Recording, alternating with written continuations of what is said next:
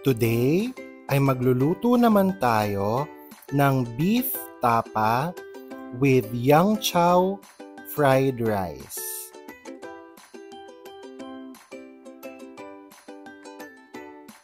Magsimula na tayo. Sa ating mixing bowl ay ilalagay natin ang ating beef sukiyaki. Maglalagay din tayo ng soy sauce, ground black pepper at brown sugar,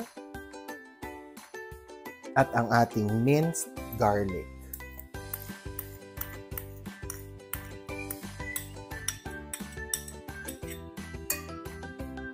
Hahaluin lamang natin itong mabuti at i-marinate for 30 minutes to 1 hour.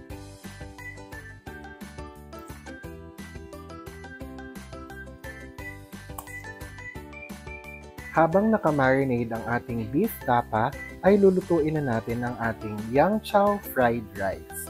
Sa ating mainit na kawali ay magigisa tayo ng bawang. Ilalagay na rin natin ang ating kaning lamig.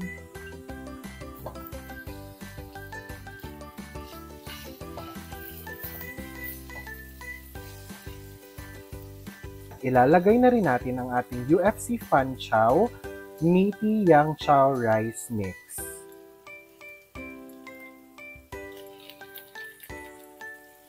Hahaluin lang natin ito at isasangag for 3 to 5 minutes.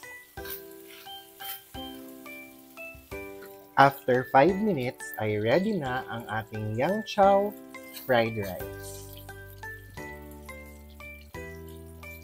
After nating ma-marinate ang ating beef tapa, ay piprituhin lang natin ito sa mantika.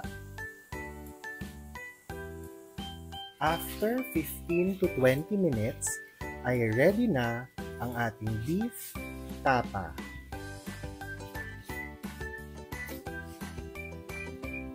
For more cooking and baking videos, please subscribe to my YouTube channel AJ Karel, and please don't forget to hit the like and share button and the notification bell para updated kayo lagi sa aking mga videos.